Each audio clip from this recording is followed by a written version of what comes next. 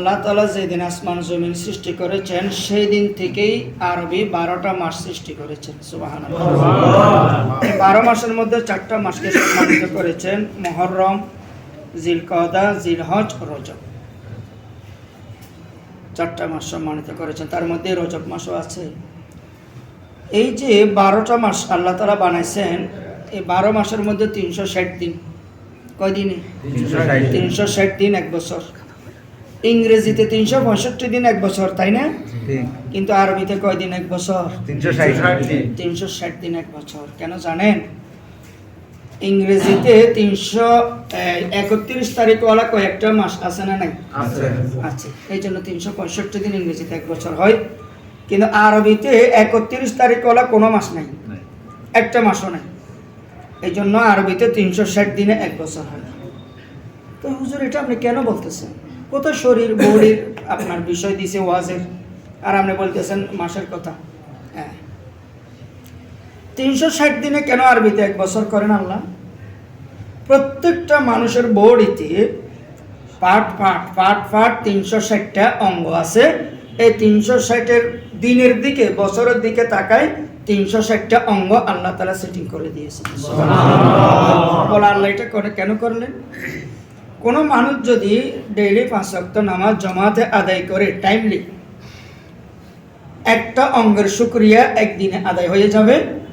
360 দিন যদি সারা বছর নামাজ আদায় করে, বছর শেষ, 360 দিন শেষ, 360টা অঙ্গের শুকরিয়া আল্লাহ দরবারে আদায় শেষ হয়ে যাবে। নামাজের সাথে বডির এবং দিনের কানেক্টিং, নামাজের সাথে বডির সাথে দিনের সাথে কানেক্টিং আছে। যে ব্যক্তি রাসূলের সুন্নত তরিকায় ওযু করবে এবং নামাজ পড়বে, মৃত্যু পর্যন্ত তার ডায়াবেটিস এবং প্রেসার কন্ট্রোলে থাকবে। হ্যাঁ, ওযুর মধ্যে আমরা হাতের, এটা পেট না পিঠ? পেট। হাতের পেট দিয়ে ডলি মাঝে মাঝে করে, পা ডলি, হাত ডলি, পেট দিয়ে। কিন্তু কোথায় গিয়ে পিঠ দিয়ে? গর্দানে। পেট না পিঠ? গর্দানে গিয়ে ফিট কেন? সব জায়গায় ফ্যাট, ওখানে ফিট কে? ওমা উল্টে গেল গর্দানে যায়। মুহাদ্দিসিনে কেরামগণ রাসূলের এই হাদিস নিয়ে গবেষণা করে পাইছেন, মেডিকেল সায়েন্স গবেষণা করে পাইছেন, এই যে হাতের স্কিন এবং গর্দানের স্কিন, এই দুইটা স্কিন যখন সেম টু সেম হবে, রাসূলের সুন্নত তরিকায় যখন গর্দান মাসে করা হবে, এই যে রোগ আছে, বিভিন্ন প্রেসার কন্ট্রোল, আউট কন্ট্রোলের রোগ আছে, এই রোগগুলো সুন্নত তরিকায় মাসে করার কারণে skin to skin, same to same touch হওয়ার কারণে মৃত্যু পর্যন্ত প্রেসার কন্ট্রোলে থাকবে। সুবহানাল্লাহ। রাস্তা বলিয়ে সুবহানাল্লাহ। বডির সাথে কি সুন্দর কানেক্টিং, দিনের সাথে, বছরের সাথে, মাসের সাথে, একটার সাথে আরেকটা কানেক্টিং।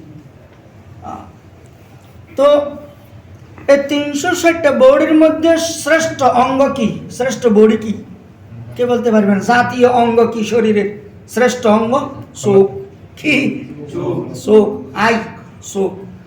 এই জন্য শরীয়তের মাসালা কি জানেন? রোজা রাখা অবস্থায়, নফল রোজা হোক, ফরজ রোজা হোক, যে কোনো রোজা রাখা হোক, রোজা রাখা অবস্থায় চোখের ড্রপ ব্যবহার করলে রোজা ভাঙবে না। সুবহানাল্লাহ বলে। কানের ড্রপ, নাকের ড্রপ, গালের ড্রপ, মলদারের ড্রপ ব্যবহার করলে, এই 4 ছিদ্র দিয়ে ড্রপ ব্যবহার করলে রোজা ভেঙে যাবে। কিন্তু চোখের বেলায় শরীয়তে আপনাকে আমাকে মাফ করে দিয়েছে, রোজা ভাঙবে না। সুবহানাল্লাহ। তাহলে শরীরের জাতীয় অঙ্গ কি? চোখ। শ্রেষ্ঠ অঙ্গ কি? চোখ। আল্লাহ তাআলা বলেন, আলাম নাজআল লাহু আইনাইন, আমি তোমাকে দুটো চোখ দিই না? Torch light. কোনোদিন 1 টাকা ব্যাট দিছো আমারে? 1 টাকা কর দিছো? আমার সৃষ্টি দেখতেছো তো? এই যে শরীরের মধ্যে দেখেন, কিডনি, চোখ, এই সমস্ত অঙ্গ বিক্রি করা হালাল না হারাম? হারাম। এই অঙ্গগুলো বিক্রি করা হারাম। হ্যাঁ, একটা জিনিস আপনি ফ্রি দিতে পারবেন, সেটা হচ্ছে ব্লাড। এই ব্লাড আপনি ফ্রি দেন, ফ্রি নেন, বিনিময় হারাম, বেচা কিনা হারাম, রক্ত। এখন মাসালা হচ্ছে, রোজা রাখা অবস্থায় যদি কেউ কাউকে রক্ত দেয় অথবা নিজের শরীরে রক্ত নেয়, রোজা ভাঙবে না থাকবে? থাকবে। রক্ত নেওয়া, রক্ত দেওয়া রোজা ভঙ্গের কারণ নয়। যাদের ডায়াবেটিস আছে, ইনসুলিন ব্যবহার করলে রোজা ভাঙবে না। স্যালাইন ব্যবহার করলে রোজা ভাঙে না, ইনজেকশন ব্যবহার করলে রোজা ভাঙে না, রক্ত দিলে রোজা ভাঙে না, রক্ত নিলে রোজা ভাঙে না। কেন ভাঙে না রোজা? কারণ এগুলোর সম্পর্ক, ইনজেকশন তো ইনজেকশনের সম্পর্ক ফ্যাটের সাথে না রোগের সাথে? রোগের সাথে, ফ্যাটের সাথে না। রোজা ভাঙবে না, মনে রাখবেন।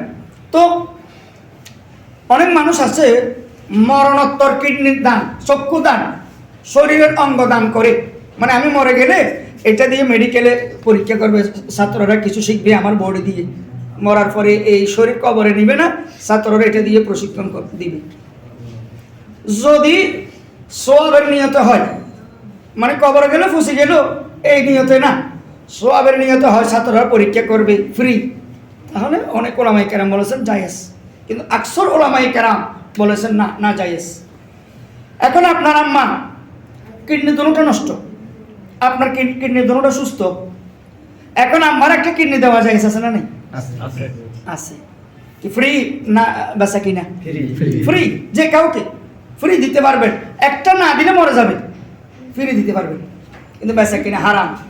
শরীরের বডি অঙ্গ প্রত্যঙ্গ বেচা কিনা হারাম, হারাম। কথা আসছে তাই বলে দিই, ইঁদুর, সাপ, বিচ্ছু, যে কোনো পোকা মাকড়কে পুড়িয়ে মারা হারাম। কারণ পুড়িয়ে মারবে আল্লাহ তাআলা জাহান্নামে, তো জাহান্নামে পুড়িয়ে মারবে, এটা আল্লাহর পাওয়ার, আল্লাহর ক্ষমতা। দুনিয়ার মধ্যে যে কোনো বিষাক্ত প্রাণীকে পুড়িয়ে মারা আমাদের জন্য হালাল না হারাম? হারাম। বাড়ি মারেন, বিষাক্ত কামড় দিবে, একবারে দুইবারে তিনবারে দিয়ে শেষ করে দেন, তিলে তিলে কষ্ট দিয়ে মারবেন না, পুড়িয়ে মারবেন না। ইসলামে ফাঁসি দেওয়া যায় নাই, ফাঁসি তিলে তিলে যন্ত্রণা দিয়ে কষ্ট দিয়ে মারা হয়, লটকায় মারা হয়। এই জন্য আল কতল বিল কতলি, কতল করছে তাকে কতল করে দাও, সেকেন্ডের মধ্যে খেলা শেষ। ইসলামে ফাঁসি জায়েজ নাই, এটা গণতন্ত্রের একটা সিস্টেম। ফাঁসি আমেরিকা থেকে আসছে আর কি, এটা বাংলাদেশেও চলতেছে আইন, অথচ ইসলামে আইন ফাঁসি জায়েজ নাই। তো যাক, এই যে শরীর, এটা আল্লাহর পক্ষ থেকে আমানত, এটা নিয়ামত। কেউ যদি রসুলের সুন্নত তরিকায় নামাজ পড়ে তার ডায়াবেটিস কন্ট্রোলে থাকবে। এখন আমাদের ডায়াবেটিস কন্ট্রোলে থাকে না, নামাজ তো পড়ি, প্রেসার কন্ট্রোলে থাকে না, নামাজ পড়ি, ডায়াবেটিস কন্ট্রোলে থাকে না। অথচ বলা হচ্ছে নামাজ এটা বড় এক্সারসাইজ, বড় একটা ব্যায়াম। পৃথিবীর মধ্যে সবচাইতে বড় ফেয়ার এন্ড লাভলি হচ্ছে নামাজের অজু। কি পৃথিবীর মধ্যে সবচাইতে বড় ফেস ওয়াশ, বড় ফেয়ার এন্ড লাভলি হচ্ছে নামাজিদের অজু। অজুর মতো বড় ক্রিম আর নাই পৃথিবীতে। অজুর পানিতে তার এত সুন্দর হয় মানুষ, কিন্তু আমাদের অজু দ্বারা কাজ হচ্ছে না, আমাদের নামাজ দ্বারা কাজ হচ্ছে না। কেন? কেন? কারণ যত রকমের মুসল্লি তত পদ্ধতির অজু, যত রকমের মুসল্লি তত পদ্ধতির নামাজ। এই জন্য আমাদের নামাজে কাজে আসে না, অজু কাজে আসে না, এক্সারসাইজ বডির হক আদায় হচ্ছে না। মার্কিন নাগরিক কক্সবাজার বেড়াইতে গেছে, কিছু মুসলমান অজু করতেছে, গেটের দূর থেকে দেখতেছে, এটা কি করে? মুসলমান অজু করে নামাজ পড়ে। পরে জিজ্ঞাসা করলো, আপনারা এটা কি করেন? আমরা ডেলি 5 বার এভাবে অজু করি, ডেলি 5 বার ওইভাবে মসজিদে ঢুকি নামাজ পড়ি। ডেলি 5 বার? কয় হ্যাঁ।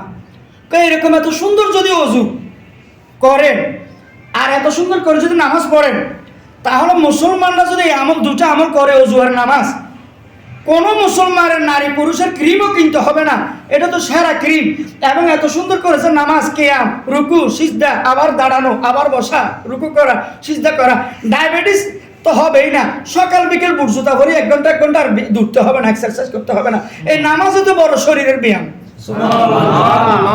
কিন্তু আমাদের ব্যায়াম হয় না, যে নিজের পদ্ধতিতে ব্যায়াম নামাজ।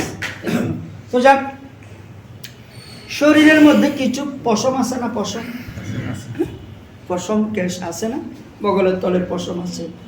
এই পশম কেশগুলো 40 দিন অন্তর অন্তর পরিষ্কার করতে হবে। কারো যদি 40 দিন পার হয়ে যায়, অপরিষ্কার অপরিচ্ছন্নতার কারণে তার ইবাদতগুলো মাকরুহ হওয়ার আশঙ্কা আছে। ইবাদত